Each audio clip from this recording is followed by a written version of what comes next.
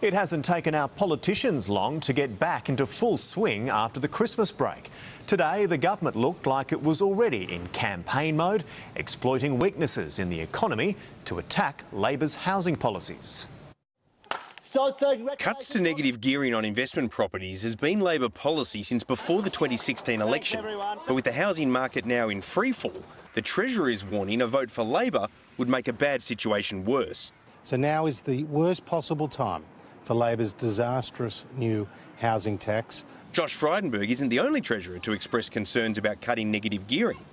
In 2010, Labor's Treasurer Wayne Swan said, "I think it would be disastrous in the current environment, economically disastrous, to do anything on negative gearing." That was in the wake of the GFC, but today's trade war between China and the US makes the global economy again a concern. It was Labor that cut negative gearing way back in 1985, only to backflip and reinstate the tax concession 2 years later. Will Labor wobble this time if elected? Labor's policy was designed at a different time in the property market, when prices were going up. Now prices have come down.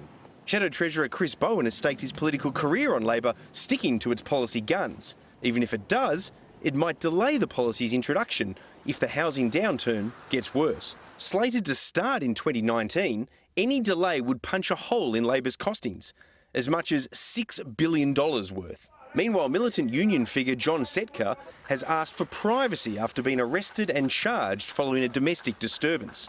Not afraid to use his family on the front line of union campaigns, the Victorian leader of the CFMMEU has fallen foul of the law before. The government says enough is enough. Bill Shorten must act against one of his strongest supporters. John Setka can no longer be tolerated as the head of the CFMEU. It's advice the opposition leader is unlikely to follow. Peter Van Onselen for 10 News First.